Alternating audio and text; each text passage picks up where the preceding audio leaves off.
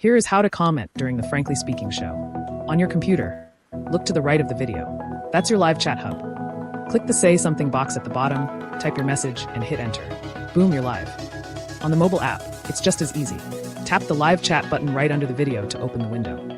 Pro tip, if you're in full screen mode, tap the screen once and hit the chat icon to see messages without leaving the action. Can't type? Check two things. Make sure you're signed in and see if subscribers only mode is on. You might need to sub and wait a few minutes. Keep it respectful, follow the mods' rules, and have fun.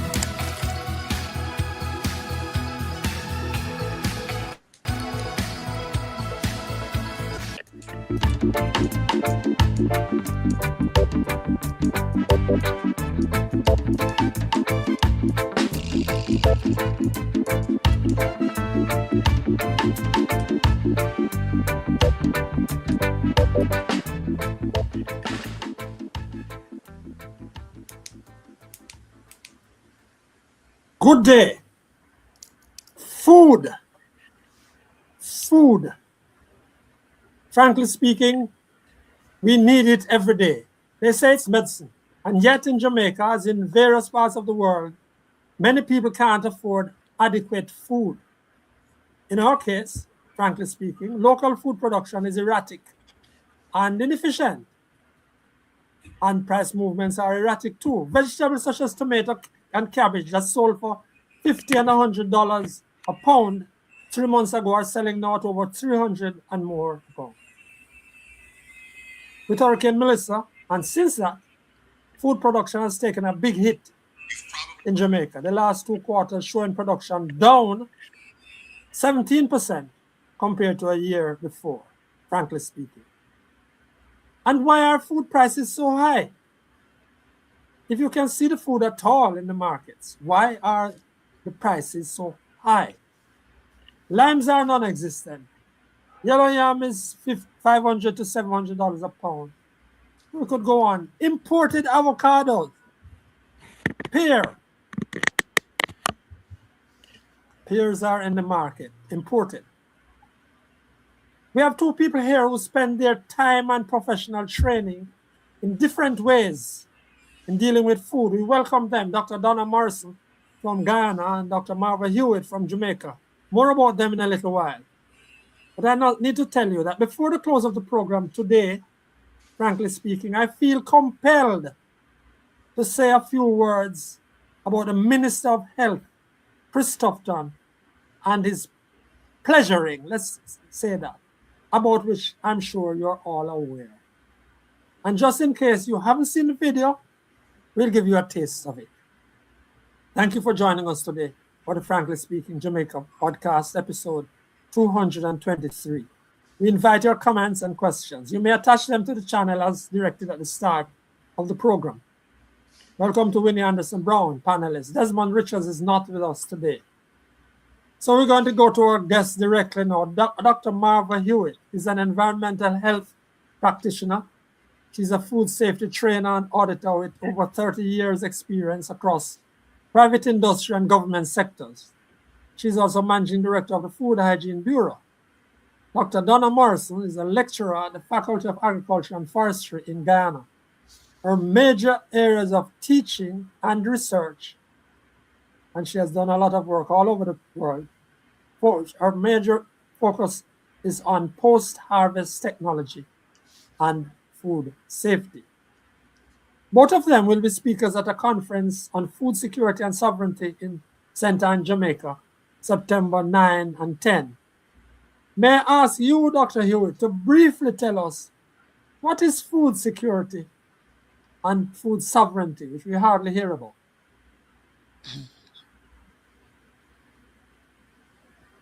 Dr. Hewitt, you are muted, I think.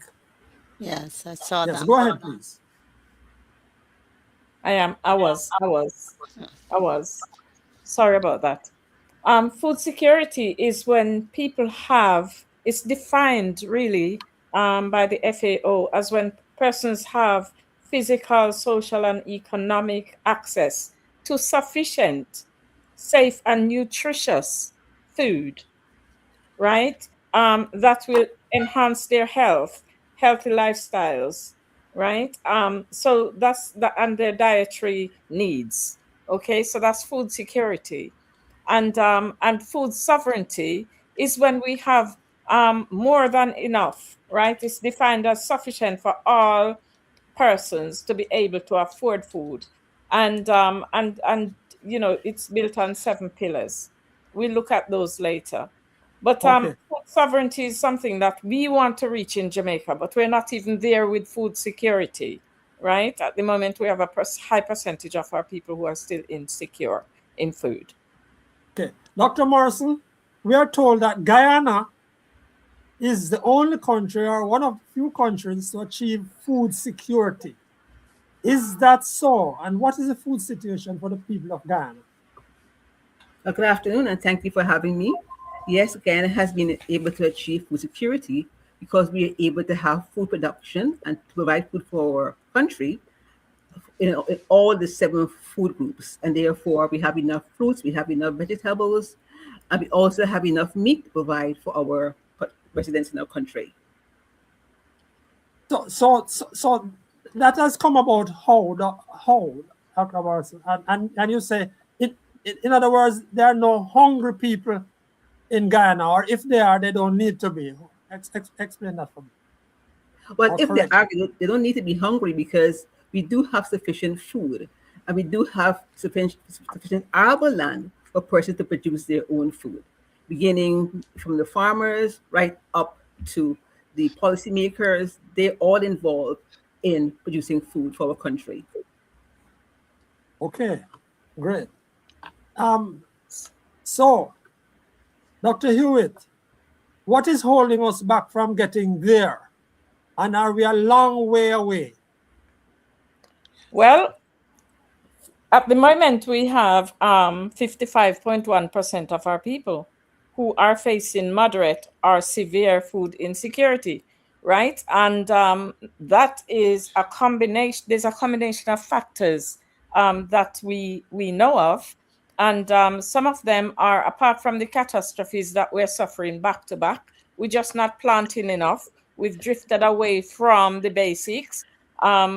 We still have our farmers, some of whom are exporting, meaning they're leaving the shores, even though we don't have sufficient laborers to toil the soil. Also, in terms of farming, we're still using a lot of traditional methods, right, to address food security. And we still don't have our seed banks. So whenever we have the shocks, we end up losing entire crops, entire food baskets. For example, in Melissa the other day, we only had 4 food basket parishes, right, rather than our 14 parishes. So again, we're at a disadvantage because whenever we do meet up on those shocks, we do suffer tremendously, and it's a big throwback. At the moment, we're importing a lot of our food stuff. 65% of our food on our plate is imported. So that's how bad it is. And so when you ask about what's holding us back, it's a combination of factors, right, including the policies. So, yep.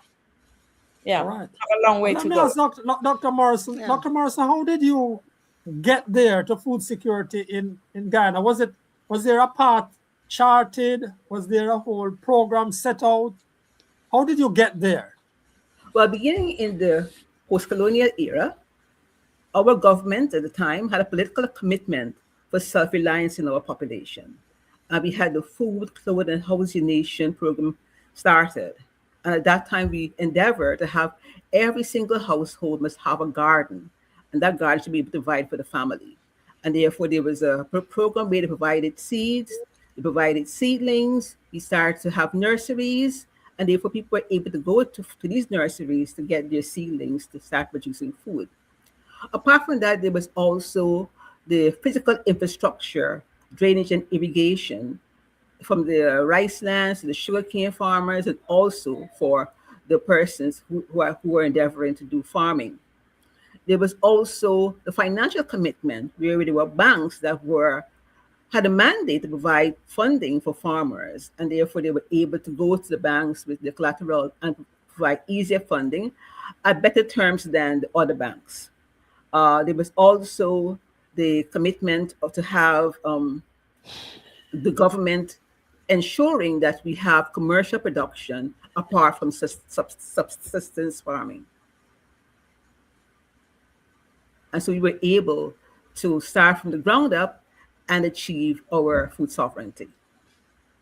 Right, but before I go back to Dr. Hewitt, Dr. Morrison, I need to ask you, a young man, for example, of age 22, 25, wanting to go to the University of Ghana to study farming, are there any inducements to him or the young lady who wants to do that? Are there any inducements? Well, we do provide training for farmers, for our students in both agronomy and also in livestock production. And most students who come to our faculty, they begin with the Ghana School of Agriculture. Instead of coming to State University, they go to the Ghana School of Agriculture. That is a sub-professional organization where they will have the foundations for agriculture, and then they come to the University of Guyana. So that inducement begins at an early stage when they start at the Ghana School of Agriculture, and even before that, in the villages and in their counties, wherever they're from. Would that young man or young woman, would they have tuition fees to pay? Would student loan be necessarily available? I'm just trying to find out what are the structures on which your food security is built. But now they have a great incentive. Now education is free from nursery to tertiary. So university now is now free again. It used to be free a few years ago, at least in my time, and now it's also free again. So then they don't have to pay any tuition fees. So that's another incentive to come to university. Right. And along that same line, what's the quality of living that a typical farmer, I don't know if there's any such thing, but a typical farmer what's quality of living he may have in Ghana? But it goes through a spectrum. It depends on the scale of the farming. If it's a small farmer, he will have at least a satisfactory quality of living. If he's a big farmer, of course, he may have a much higher standard quality of living. But it depends on the scale of the farming. Okay. Dr. Hewitt, tell us a little bit now about the conference. What are you hoping to get to at the conference? You can't get to food security at the conference, I'm sure, but you can possibly set out something. What are you expecting to do at the conference? Right. So we expecting to have some farmers in the room at the conference. It's the first conference that we're actually stressing the need for them because we want to hear from them. We are expecting to have workshops. We're expecting to have some demos of new technology in our food for the food that we're struggling with. We are expecting a range of speakers, over 20 speakers over the 2 days we have, who are experts in agriculture, in food safety, food security, and also in farming systems, new farms. These persons are from the UK, from the US, Philippines, as far back, India, and the Caribbean, of course. One of the things we're expecting to come out of this is that we have formed a network of food safety passionate persons who are interested in improving productivity for Jamaica and to reduce the cost factors that we're having in terms of imported food, because we do need to produce more of our own food and to get that bill down. So these persons are actually going to be, the network will be launched on the first day of conference, the Food Sovereignty Network. And these are professionals who will be working with the communities to offer support to farmers. We have some focus groups, leaders who are, specialists again, who will be helping with regards to resources, getting resources, writing projects, and so forth. So it's about supporting the communities, Franklin, and getting them, encouraging the communities at the grassroots levels, because we know that Jamaica do not have large farmers. We know we're small micro farmers, and these are the people who are responsible not only to feed the nation, but to feed to feed the growing tourism industry, right? That we have spiraling up. So, we have to find new ways and innovative ways, new ideas of how to improve our systems and to make them robust and resilient. So those There are have been people who have been talking about that for years now. I mean, for decades almost. And we haven't got anywhere significant. We have not got anywhere significant, and that's why part of the reason why our food prices are so high and imports can come in and find a way because the local food prices are so high, and our staples are all imported. What is going to be different, or what are you hoping to be different, and this time in terms of what the conference comes up with? Well, it's about education, Mr. McKnight, educating our people. As Donna was saying, Dr. Morrison stated a few things there. That's exactly what we have pinpointed to work as low-hanging fruits. And some of those are in terms of the backyard farming, right? Getting persons to grow their own items of food, right? And be able to, be able to cascade resources down. For example, there may be funding available, but because the farmers are not that way, skilled, they're not able to take it up. And so our team will be able to earmark and to write on projects and get those fundings to the right areas, doing risk assessments, doing some technical soil testing and so forth, whatever is needed. So this food sovereignty group is actually going to be doing some things, not just advocating. We will. We're a group of people who are very, very knowledgeable about the problems and been talking about it for a while. And as I said, we have been earmarking areas of needs. And one of our tasks is really to look at not just 4 parishes, but to look at broader Jamaica, right? Because there's nothing wrong with our soil and our water system and our sunshine. The plants need those. And so every area should be able to plant something. Every community should be able to plant something. And so we are starting small, but we're going to grow across the region. Because look here, we don't even have a seed bank that we can suffice ourselves, right? And so those are things that we'll be doing. We have some seeds in different pockets of our islands. I want to come back. Let me come back to the seed bank. I'm coming back to that. Let me just ask Yes. Dr. Morrison. Dr. Morrison, your area of expertise is post-harvest. Yes. Tell us specifically what that means and whether there is any issue with post-harvest in Guyana. Because one of the things that people say here, and there are lots of people who are strong of that belief, that in Jamaica, it's not so much a production, but is what is done after the harvest. That's where the problem lies. There are some people who believe that. I mean, I don't, and I don't have enough knowledge one way or the other. But can you just tell us about what's post-harvest and what's the situation like in Guyana? Yes, but I'm sure you're aware that there are lots of losses after production. The estimate is about 25% post-harvest loss after production. And it happens here in Guyana as well. We have lots of wastage after productions. If you pass by the market area, you will see fruits and vegetables rotting. So the same thing happens in many parts of the world. But here in Guyana, we are trying to improve our post-harvest technology and to extend the shelf life of our fruits, so we don't have so much wastage. For me, I have been doing experiments in the field, trying to use some of the edible waxes to improve shelf life, and I've done a few experiments with my students at UG.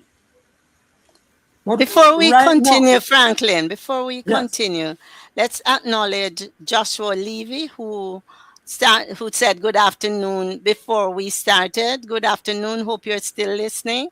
And Phoenix Hospitality says good afternoon. So let's acknowledge our viewers. Yes. Good afternoon, and thank you, Winnie. So Dr. Morrison, what happens now to the typical farmer, the small farmer, when he produces? Is there a system of marketing that takes his crop from him or he has to make his own way to look about the marketing, to look about the storage, etc.? What happens there? Right. In Guyana, we have the Guyana Marketing Corporation, and they work with farmers to try to see how they can extend the shelf life for fruits. So they bring the fruits down to, there's a facility in Georgetown where they can come to wash their fruits, store their fruits, and then market them on their refrigerated conditions. And so that's one mechanism that we're using now to help farmers to extend the shelf life for fruits and to export commercially as well. Is there any subsidy in that process from the government, and the government assistance subsidy in that process? Yes, there is a subsidy, and there's also the physical infrastructure for them to do the washing and the post-harvest work before export. Okay. Dr. Hughes, you were talking about seeds a while ago. What is the situation with seeds in Jamaica? Because from time to time I hear and see news reports of regarding seeds and the idea of building up a seed bank. What's the situation as far as you're aware? Well, as far as I'm aware, seeds are being given out by the agencies. But what we need to know is that those seeds are replantable, meaning that they're going to be growing fruits that we can gather seeds from. And we're not sure because they're hybrid seeds, right? So we have to ensure that basically some traditional seeds are available and that these are going to be replantable for the farmers, because you can imagine that if after every crop or every season, every crop, they have to buy new seeds, right? Mm-hmm. And we're going to reach a stage where the farmers simply cannot afford.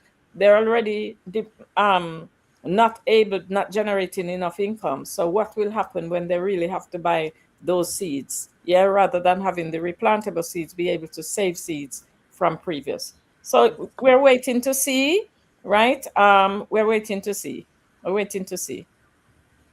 Well, on that, Franklin, I just want to comment on that. The idea of saving seeds. My mother died from 2010, and she was saving seeds then, from then. So many of the fruits I notice now, seeds, though many of them don't have seeds, like the melons, for example. The tomatoes, they don't have seeds that can grow. So a part of the challenge is already with us. Yeah. Mm-hmm. Yes. I wonder if Dr. Morrison can comment on that.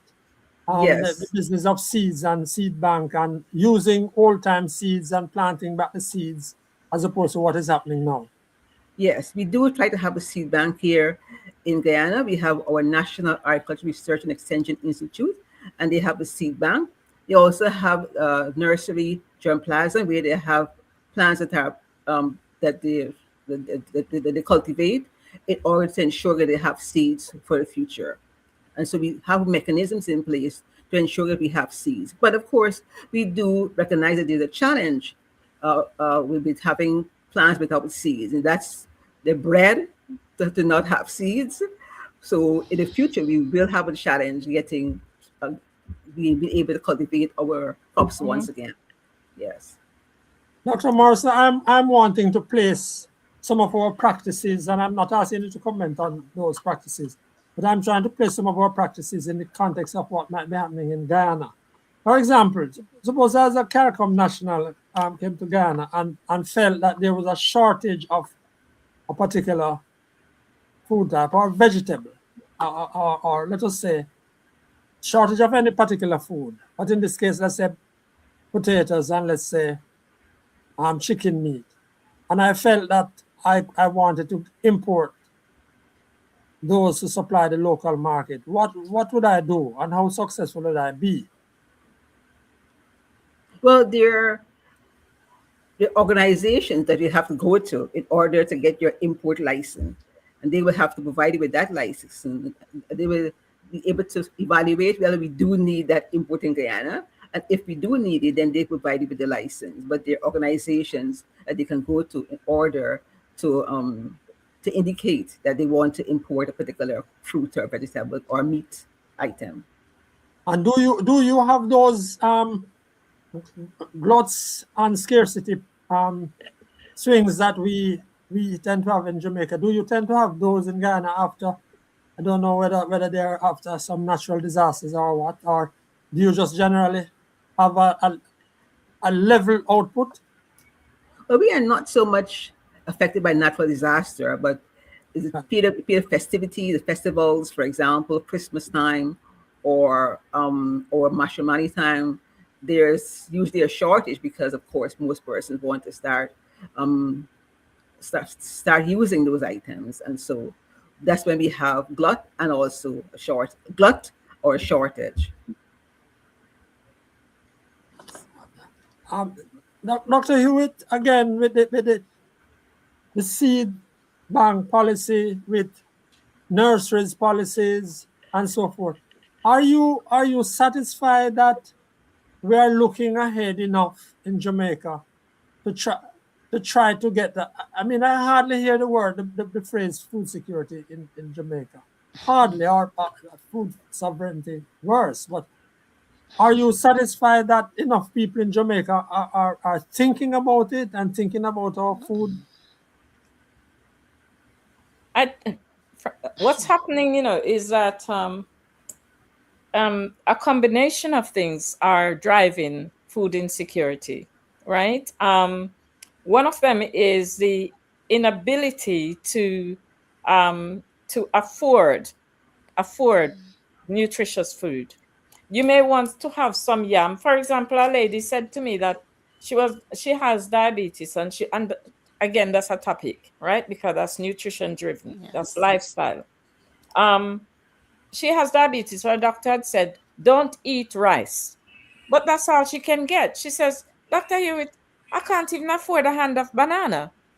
Right? Now we know that these are our food group, right? And Melissa had done its fair share.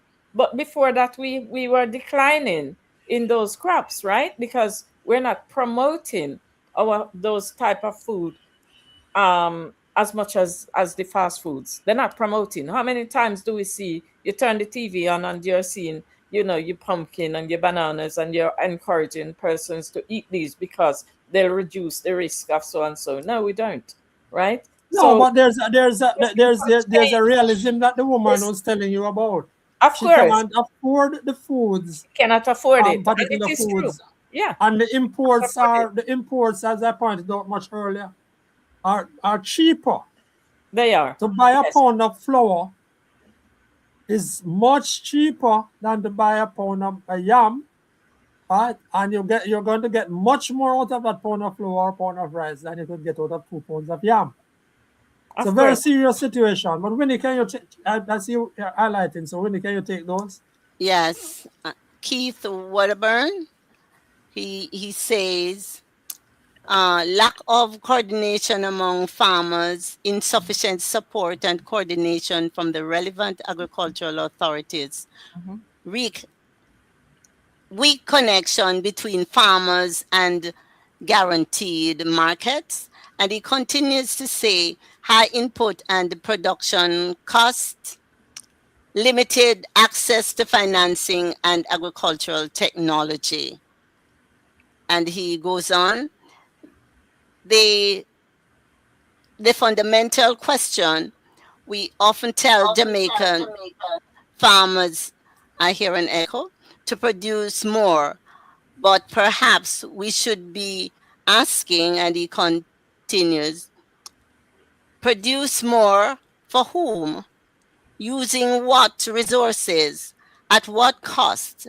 And with what assurance that the farmer will actually make a reasonable profit?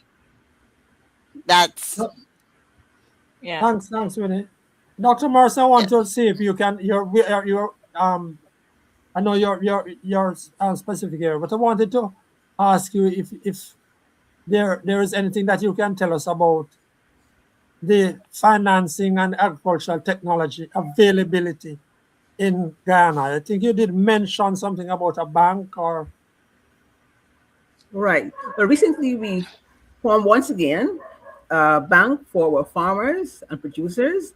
And so they're able to go to that bank to access loans and all facilities at a much more reasonable cost than the other commercial banks. And so we do have... So there's an agricultural bank that does that. That's its business. Yes. Okay. We had one before, but then we stopped, and then we now have it once again. Okay. Yes. And so farmers are able to access loans and other facilities that they require when they contact the bank. So it's much easier for them.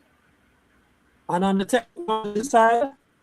On the technology side, we're now trying to develop climate smart agriculture using computerized technology in our production. And we're also looking to use shade technology and tunnel technology where people can farm at a much higher intensity. Dr. Hewitt, would you like to comment on the same points that he was making? That he was saying that some of the issues that are facing their weak connection between the farmers and guaranteed markets, limited access to financing and agricultural technology. Would you like to comment on those? Yeah, these are the challenges. These are the reality that we have in Jamaica. There's very little guaranteed markets for the farmers for their produce.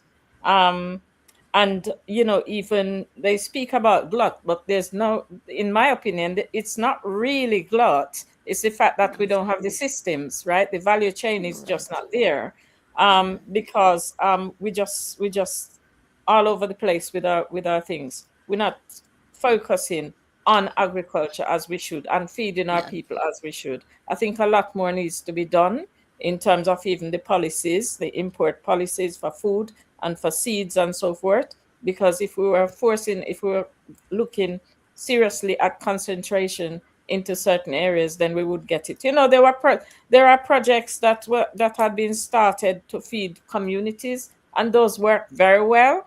Then they get interrupted, and that's the end of it, right? For example, you may have a community that is doing very well in terms of growing what they have. I mean, growing particular crops. Yeah. Yes, growing particular crops, right? And then they have a market for it. Right. And just as you provide training, you provide technical assistance. They have their systems, their food safety systems in place. I can speak to particularly one particular community that got it just right. They had a pack house, they had everything. They had the market all sorted. They were serving the providing the hotel with the products, and it got interrupted. Bingo, no income less again, and so forth. These projects provide value-added services for community. It gives them something to do. It provides earning for them. It helps them to be independent, and that's what food sovereignty is about. It's about being independent, having control over where your food is coming from. At the moment, there's no such thing. We're not there, and we need to start getting back there, because come 2030, we've only got 5 years, according to the international guys to actually get our foot back on solid ground. And I don't think we're there, and I don't know how we're going to get there if we're into the seedless thing, and the seed bank, the real seed bank is not there. I don't know how we're going to get there. Dr. Morrison, you mentioned earlier about the small gardens, the home gardens, what we call in Jamaica backyard gardens. How significant is that, given that most of the population, a large part of the population is in Georgetown, and you have this large country, nearly 18 times the size of Jamaica, all out there. How significant is the own yard, backyard garden in Ghana? It is quite significant because most homes, they have a yard where they can plant a garden. In Guyana, we don't have that much elevated housing. So we have homes, single family homes, and most single family homes have a space where they can plant a garden. We're also trying to promote aquaculture and aquaponics and hydroponics as well. And therefore, with that, they're able to farm. Even if they don't have a little backyard, they can do hydroponics. So that would be able to help our home farming and home gardeners who really want to farm for their families and for themselves. And is there any friction between the government and the opposition, several opposition groups you have there, in the direction of Ghana with regard to food security? Right. As far as I'm aware, there's no friction. All are involved in ensuring that we produce food to provide for our population and for our country. And the government is promoting agriculture both for plant agronomy and also for livestock production. So as far as I'm aware, there's no friction, and they're all moving in one direction and one focus to ensure that we have enough food for our population. So Dr. Hewitt, out of your conference on the 9th and 10th, how do you expect to make the connection? Because there are going to be people like yourself, and there are people like Dr. Morrison. I know you have agriculturalists, farmers as among the speakers and so forth. But you all don't have any, how do I put this, any power to effect change in the country.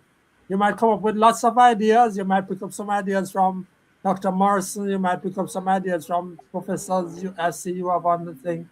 But how do you make the connection between that and what's on the ground out of the conference? Or is that a bridge too far? No, well, I think the minister being at the conference is one way. We do have panel discussions for the areas that we are covering. The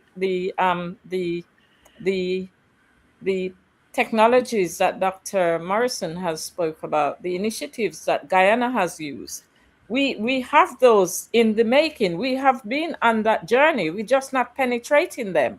And so, the sovereignty group as well as the government, right? They have initiatives. We just want to make sure it's, that we are actually around that table. We are actually known to be available, to be able to contribute to the project. That has not happened before in a concerted manner.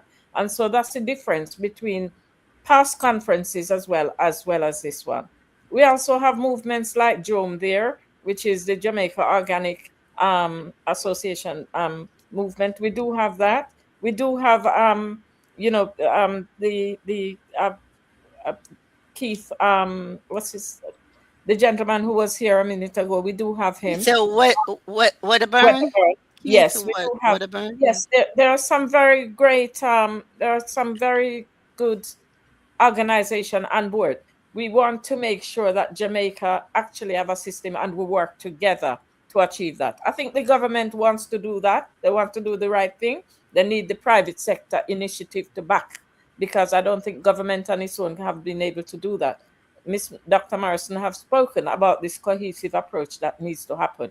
And I think that's what will happen to Jamaica. We're now at a pivotal point where we have to make a decision. We cannot go down a road where our farmers cannot grow food and the country become 100% import. That's not going to help, because our tourism industry, we have too much to lose.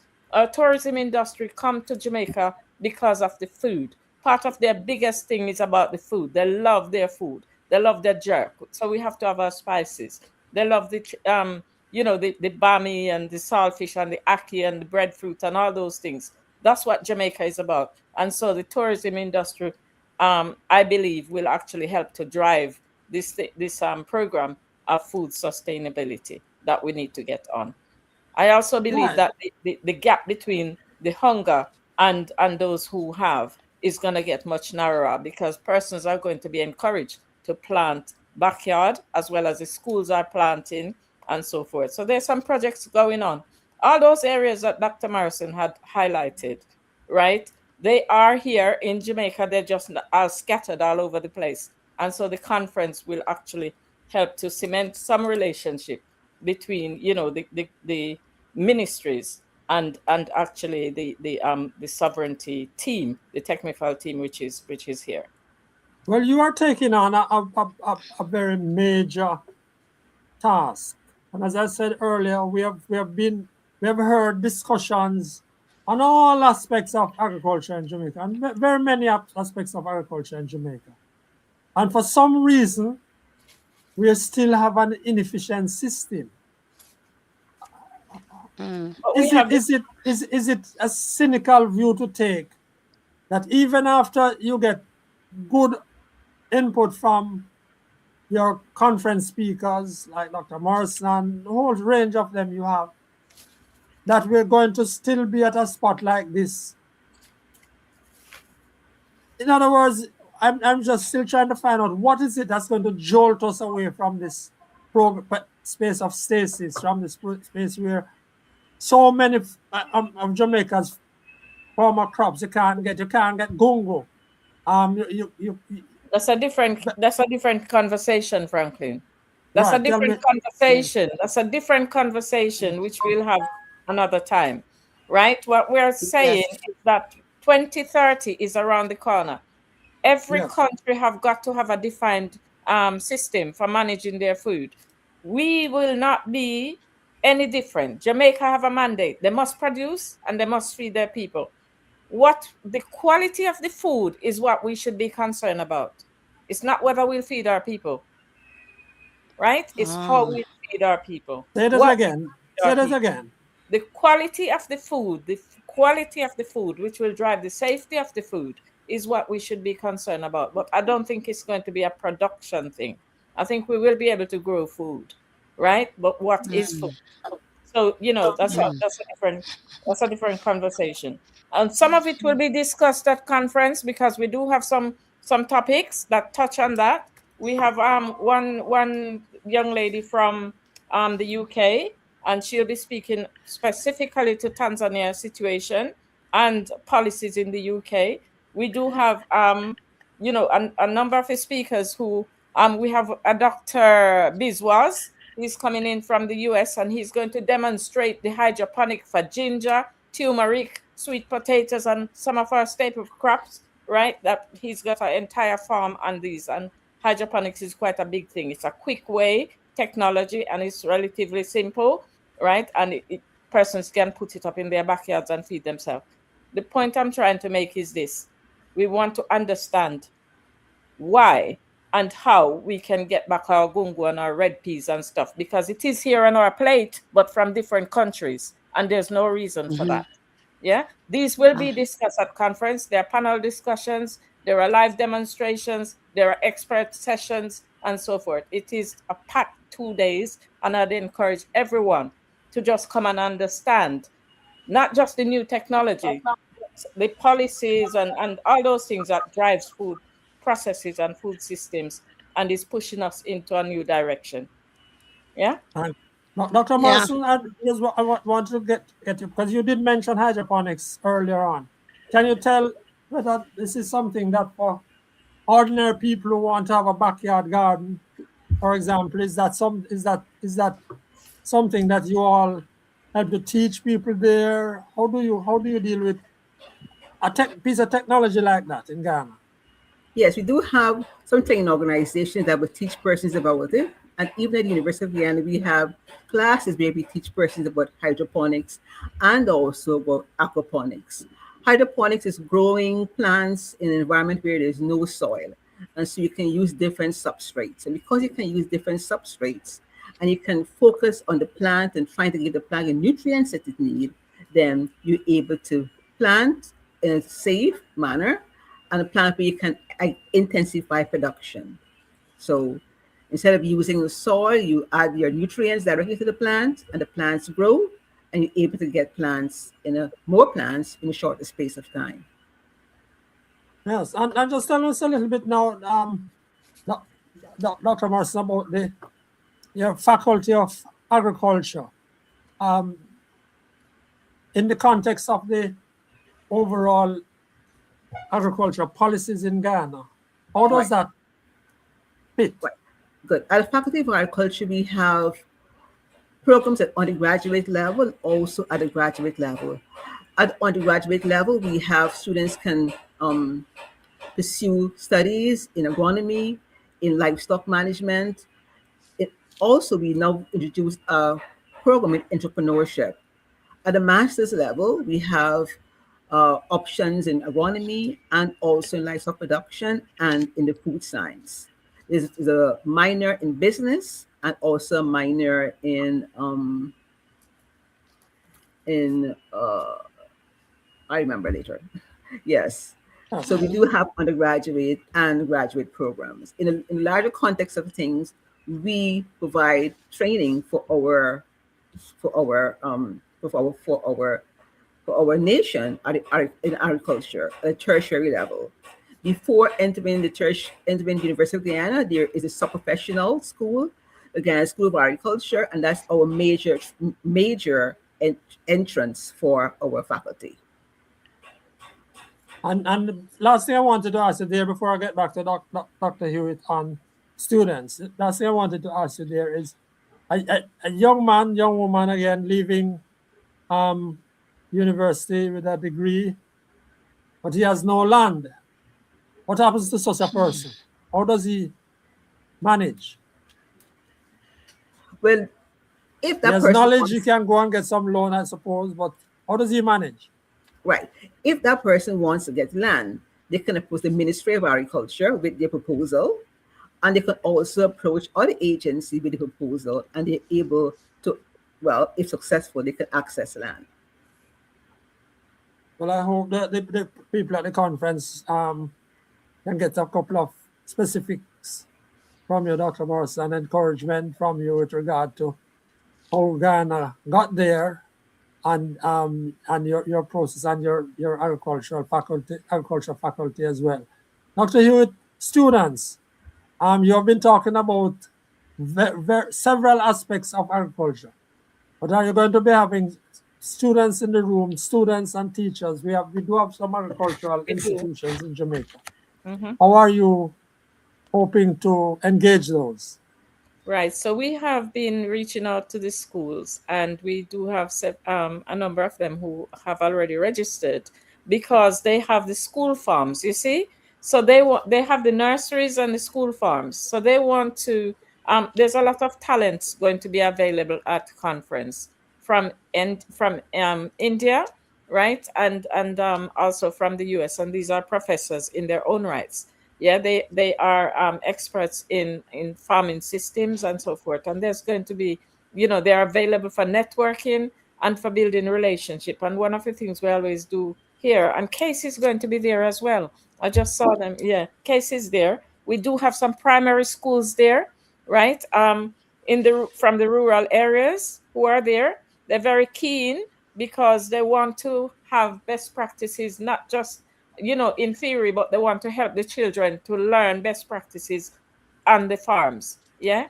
As I was saying before, one of the interesting things that we need to ensure is that the seeds that they're putting down in the ground is actually going to be available for the next crop, right? And that's very important. That's very important. All right. But we do have a cadre of experts available, and we're hoping that persons will register and come and tap into their knowledge, yeah, and be part of the discussion. Right. And Joshua, you have some information about how people may contact. I'd love you to put on the screen how they may contact the Food Hygiene Bureau or Dr. Hewitt herself. Dr. Morrison, we want to thank you very much. And I wanted to just tell us what you believe is the main plank, the main pillar supporting Guyana's food security and whether food sovereignty is near at hand. Yes. What would you say from your mind is the main pillar of food security in Guyana and whether sovereignty is near? Right. I think the main pillar of food security in Guyana is the government's vision to have everybody being able to access food. So I think with that vision, we are able to create all the systems and put all the systems in place to ensure that we're able to provide food for our population and to achieve food sovereignty. And also ensuring that every member of, or every man, woman, and child in Guyana understands the importance of agriculture and the Education. importance of growing their own food. So again, education is also important. Okay, thank you. Dr. Hewitt, can you tell us how people can get in touch with you for the conference? Yes, they can. You or your office? They can register via our website. There's a full ticketing system there. www.foodhygienebureau.org. They can also contact us on 876-279-4265. And the other number is on the system on the screen is 339-8537. When they go on the website, they can just click to either get more information on the conference, or they can just click for ticket and purchase. All right, ticket. can you run those two numbers for us again? Yes. 876-279-4265 or 339-8537, www.foodhygienebureau.org. All right, we want to thank you both ladies for sharing your thoughts with us and sharing the conference ideas and the conference agenda. And we wish you continued progress, Dr. Morrison. And I wish I could say that Jamaica will be there at that stage very shortly. But We will. We will. By faith. Faith first. you We will. will. There are two pillars that Dr. Morrison spoke of, and one is the government vision, and the other one is education. All right. So we have we have choices of education. All right, and we can push the vision. Okay. All right. Thank you. Thank you. Thank you very much. Thank you both very much. Yeah. Thank you. Thank you, Dr. Morrison. Thanks. Okay, so we were talking there to Dr. Marva Hewitt, who is an environmental health practitioner, food safety trainer, auditor, and she's the managing director of the Food Hygiene Bureau. And there are the contacts on the phone, at least one of the contacts, 279-4265 and 339-8537. Got those two numbers from Dr. Morrison, the lecturer at the Faculty of Agriculture and Forestry in Ghana.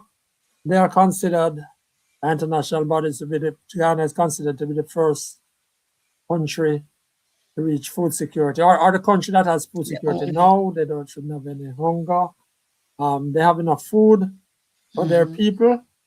And she was telling us how she believed they did it, and their backyard gardening and the technology and what is available to her students. She teaches up to the MSc level. And Ghana, we know, is much larger place than Jamaica. It's about 18 times the size of Jamaica, and has only a third of Jamaica's population. There's a lot of land there, and much of it is not under any agriculture at the moment. Okay, now, I did say at the start that I could hardly believe it. What I saw last week with regard to the minister, let me put it in specific, the Minister of Health involved in what my colleague H.G. Helps writing in Our Today, Horace Help says the minister had a stint of broadcasting and going on the road and doing some interviews. Winnie, have you had a chance to see the interviews by the minister? Some time ago, I saw one of them with a lady at a canteen. I remember some months ago I saw that. Oh, that was a sugar drink thing. Maybe. Yes. Well, this Winnie, I'm sorry that you have not seen that. I don't think I should really be sorry, but the minister went on the road, and we're going to put on a video in a little while. It's not ready yet, but minister went on the road and went into orchards as well. I think they might have been doing this before, and did some stand-up interviews. And the interviews were essentially about self-pleasure the minister was suggesting that lots of people are no longer involved in sexual activity, and that is also with regard to dealing with the population. But he was asking people about self-pleasure. That's what the Minister of Health was out there doing. And as my colleague Horace Helps was asking, what about some questions like about the state of the hospital and how you feel about it, and how have you ever gone there and seen people in chairs and so on and so forth, and what would you expect, a more compassionate staff, all of those. But Joshua is going to play us a little piece of the video. The video is much longer than this, and we didn't have the time to play the whole thing. We're going to give you a little piece of the video. Joshua, go ahead, please. Pleasure. I do them thing for themselves. You think more Jamaicans involved in self-pleasure? Some man can't get woman overall charge, so some man I go back there and fist and To what the ratio of childbirth is that now? I would have put it that in that way, you know. What you don't say? Some of these people, they don't really want a relationship, so they find other ways in not suiting their pleasure themselves. That is true, because man nowadays they are so wicked to woman. Man is wicked to woman? Wicked. What do you think? What do you think? Me don't know about that. That not for go on. Why you say not for go on? Back fist. Yeah. No, sir. Why? I look for the pretty woman them when they go on. But you can't get none. You get to them. Me satisfied with what me get, man. Me alright. Me know you have one of them, you know, Mr. Oh, God. Me I tell you the truth. Me have a boyfriend and him dead the 3rd of this month. Yes. It's a good thing me have one ex-man in space. You have an ex-man in space? Yes, me I tell you the truth. If me never have an ex-man, me don't owe me no money. You have a backup? Yes, I think so, because they made a choice, of not wanting anyone. No?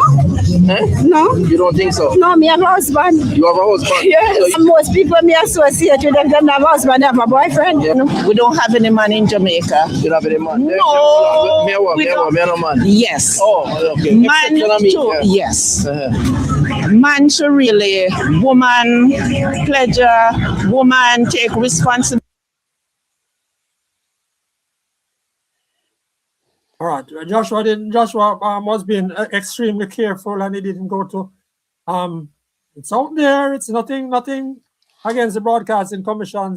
We didn't even use any of the language, but it's out there. It came to me as a kind of mocking of the people.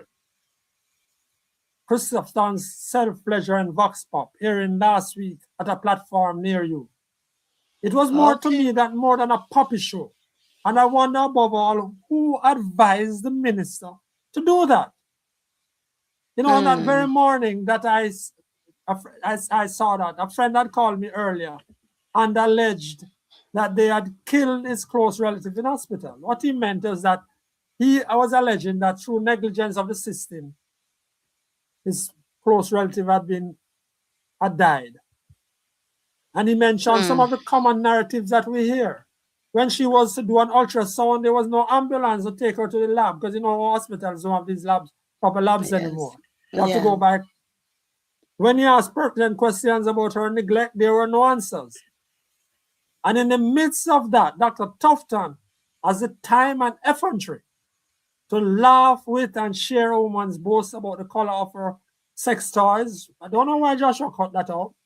And another about her, this one about her spare man. She wouldn't know what to do if she didn't have that man around after her partner died a couple of days ago. Mark you, that was not a spontaneous interview, people. It was planned and the Vox Pop was edited.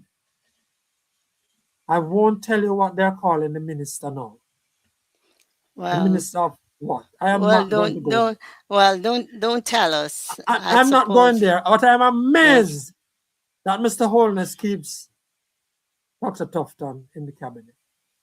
I am just amazed. That's our show for this week. Be amazed? Go ahead, Winnie. I was just saying, how could you be amazed at that? He would not get rid of him for that. Continue. No, not for that. It's just a mountain that is built. And some people would get rid of you for that. If you saw that entire video. That's our show for today. Thanks to Dr. Donna Morrison of the University of Ghana and Dr. Marva Hewitt of the Food Hygiene Bureau. They are among the speakers at the conference at Sandals Duns River, September 9 to 10. Thanks to Winnie Anderson Brown and to Joshua Black, graphic artist and his co-producer today. Please remember to like and share the podcast and subscribe to the Frankly Speaking Jamaica channel if you haven't yet done so. You can watch this podcast at any time at your choosing. Just click the link or go to Frankly Speaking Jamaica YouTube channel, episode 223. And Winnie, did you say you didn't find anything wrong with the video? How could I say that? Oh, okay. How could I say that? I didn't even see the video. Thanks to you all. On behalf of all of us, I'm Franklin McKnight. Until then. The lights go up, the mics are lit. We're feeling that energy, that Sunday drive. Whether you're here while the clock is ticking or catching the replay, the plot is thickening. From the very first word to the final thought, you're the reason for every battle we fought. Oh, to our zealots, the ones who stay, and our viewers watching from miles away. If you live in the chat or on a late night screen, you're the heartbeat of the Frankly Speaking scene. We see you, we hear you, we appreciate the love. You're the spark we're always thinking of.